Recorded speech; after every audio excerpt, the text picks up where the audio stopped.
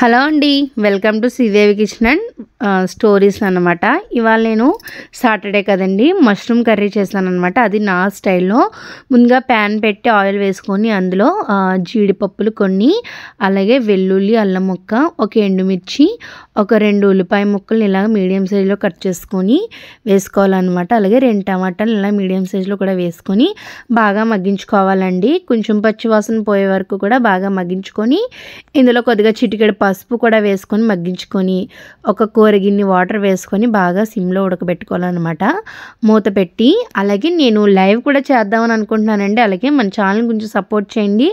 అలాగే మీరు సపోర్ట్ చేయడం వల్ల నేను లైవ్ ఇదే కాకుండా మీరు ఏ రెసిపీ చేయమని నేను లైవ్లో అయితే చేసి చూపిస్తాను అన్నమాట. నాకు సాధ్యమైనంత వరకు నేను చేసి చూపిస్తానండి. మీకు ఎవరికైనా ఇంట్రెస్ట్ ఉంటే మీరు ఏ రెసిపీ అడిగినా కూడా నేను చేయడానికి అయితే రెడీ అన్నమాట. ఇవి చూసారా, మష్రూమ్ అండి, 50 రూపీస్ అనమాట. మనకి బయట ఊరంటే వస్తాయి కదా, తీసుకున్నానండి.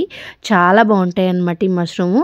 కానీ వేగితే వంకాయ ముక్కల్లాగా అయిపోతాయి. ఇలా కూడా వేసేసుకోవచ్చు, కానీ ఇలాగా మష్రూమ్ బలంగా వేసుకుంటే అంత టేస్ట్ ఉండదన్నమాట.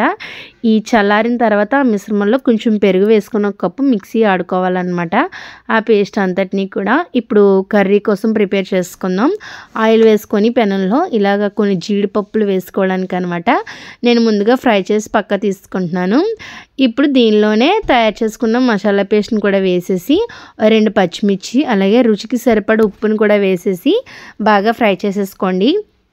ఈ కర్రీ చపాతీలోకి, పరాటాలోకి, దేనిలోకైనా సూపర్ కాంబినేషన్ అయితే ఉంటుందన్నమాట.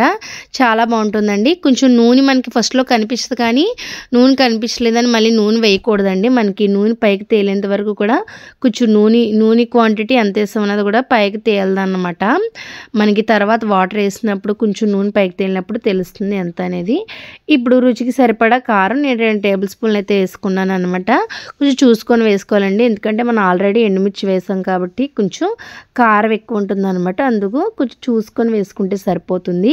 ఇలా నూనె పైకి తేలింది కదా, ఇప్పుడు కట్ చేసుకున్న మష్రూమ్ ముక్కల్ని కూడా వేసేసుకొని బాగా కలుపుకొని ఒక 5 నిమిషాలు మగ్గించుకోవాలండి. ఇలా మగ్గిన దాంట్లో మనం వేపి పక్కన పెట్టుకున్న జీడిపప్పుని కూడా వేసేసుకొని బాగా కలిపేసుకొని మూత పెట్టుకోవాలన్నమాట.